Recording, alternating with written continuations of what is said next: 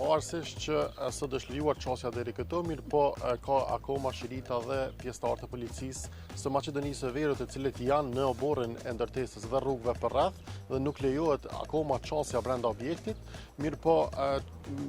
shkaku i interesimit të madh të mediave janë lejuar që të vinë për të parë nga jashtë gjendjen e objektit, mbase edhe probleme teknike vinë nga interesimi i madh i mediave, ka mediume nga Bullgaria, Serbia, Shqipëria dhe vendet e tjera përreth Maqedonisë së Veriut, mbase edhe gjetja e akomodimit për ekipet e media, por edhe ekipin tonë ka qenë më e vështirë mbase gjatë ditës së djeshme ka pasur interesim më të shtuar për të vizituar dhe për qëndruar këto për të raportuar në lidhje me tragjedinë e cila mori 59 jetë. Për shikuesit dhe dëgjuesit e juaj, vlen theksohet që gjithçka kishte nisur të dielën rreth orës 3 mëngjesit, derisa në klubin prapa nesh, i cili më herët po funksiononte si magazin gjilimash, mirë po ishte kthyer në diskotekë në 4 vitet e fundit, kishte dalë për të performuar një rap grup i njohur i Maqedonisë së Veriut me emrin DNK, dhe në momentin derisa ata po performonin, kishte pasur ndezje të fishek zjarreve, siç rëndom ndodh në për evente të tilla, dhe ndezja e tyre ka bërë që të ndizen edhe pëlhurat që kanë qenë në tavanin e objektit. Pra, fillimisht janë ndezur ato pëlhura, më pas ka pasur edhe intervenim të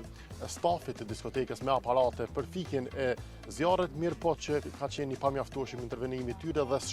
shumë shpejt zjarri ka dalë jashtë kontrollit dhe ka filluar që digjet edhe objekti. Nga personat të cilët kanë mbetur të vdekur,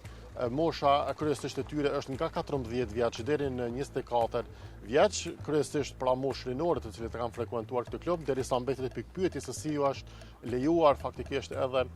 personave të mitur që të futen brenda, pas parasysh që është një klub nate dhe hyrja e moshës në 18 vjeç është e ndaluar. Për këtë rast janë në kërkim kanë qenë gjatë prej ditës së djeshme mbi 20 persona, përfshirë edhe pronarin e lokalit, mirë po edhe zyrtarët shtetëror, ish zyrtarët e qeverisë së kaluar, të cilët dyshohet se ja kanë vazhduar jashtëligjshëm licencën këtij klubi, pasi që i njëjti figuron në regjistrat e shtetit maqedon që licencën valide ka pasur deri më 13 mars 2023, mirë po dyshohet që ish zyrtarë në mënyrë të jashtëligjshme ja kanë vazhduar licencën duke marrur pra korrupsion dhe mito, për atë shkas janë ndaluar edhe ish zyrtar dhe ish sekretarja e Ministrisë e Ekonomisë Rizmana Çekiç. Derisa vlen theksohet që nga të lënduarit ka pasur fillimisht që kanë marrë tretman në spitalin e Koçanit, këtu në këtë qytet lindor që ka ndodhur pra dhe rasti në Maqedoninë të Veriut, derisa sipas drejtoreshës së saj, nga 70 persona që janë dërguar aty për të marrë ndihmë, 35 prej tyre kanë qenë të vdekur. Shumica prej tyre kanë qenë pra vdekja e tyre që ka ardhur nga flakët, ka pasur nga monoksidi i karbonit, por edhe nga shtypjet që kanë marrur nga njerëzit, pasi nga dyndja madhe kanë filluar që dalin nga gjitha anët. Vlen theksohet që në momentin kur ka rënë zjarri, besohet se në klub kanë qenë rreth 1000 persona. Klubi ka 2 hyrje dalje, kjo që fshihet këtu është hyrja apo dalja për VIP, që zakonisht shërben edhe për hyrje daljen e atyre që performojnë, derisa hyrja kryesore është në anën tjetër dhe është shërben pra për hyrjen e vizitorëve. 15 persona gjatë ditës së djeshme janë ndaluar dhe sipas organeve të rendit në Maqedoni pritet që ndaj tyre pra sot të bëhet edhe kërkesa për një muaj para burgim. Po, Flamur, pro shumë probleme dhe po shohim që janë disa zyrtar të arrestuar, disa të kërkuar, menaxheri i vendit. Nuk ka kjo hera parë që mundohet, para 3 vite ishte një zjarr në kohën e Covidit, apo 4 vite kur patën humbur jetën disa pacientë në një qytet tjetër të Maqedonisë së Veriut. Shkurtimisht e dim që është ditë zie dhe si duket ajo është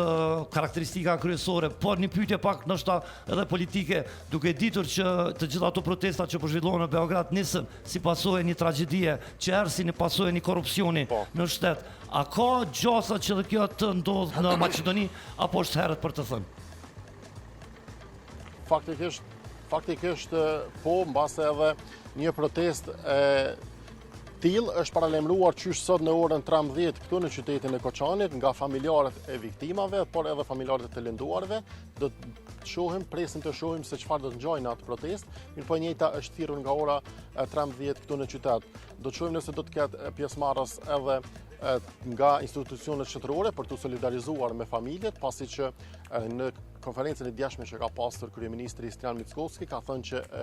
kjo është dita më e rëndë në jetën e tij nga tragjedia që ka prekur Koçanin. Mirëpo sipas tij do të ketë mbështetjen e qeverisë gjithë familjet e të viktimave, por edhe të lënduarve që ata që kanë përgjegjësi të dalin para drejtësisë. Derisa vonë mbrëmje edhe prokurori i shtetit përgjegjës për rajonin e Koçanit ka thënë që objekti në fjalë nuk i plotësonte kushtet që të shërbejë si diskotek, pasi njëti nuk ishte as hidrant uji, por as aparate mjaftueshme për fikjen e zjarrit, pasi që gjatë gjithë ditës së djeshme prokurorët dhe hetuesit kanë qëndruar në vendngjarje dhe nga të gjeturat sipas tij ka dalë që nuk i ka plotësuar kushtet ky objekt për të shërbyer si diskotek, mbase edhe mallësitë, edhe lartësitë dhe gjitha këto nuk e kanë bërë të mundur që të shërbejë për një destinim të tillë. Do të shohim se si do të jetë rrjedha e ngjarjes, mirëpo besoj që nuk do të mjaftoj vetëm me një protestë sotme, mbase edhe pakënaqësia e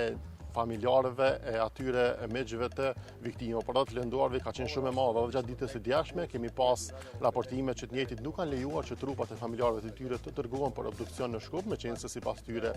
kanë qenë pakënaqur faktikisht me veprimet shtetërore që janë ndërmarrë. Mirëpo për këtë do të shohim sot gjatë ditës, por edhe ditëve në vazhdim.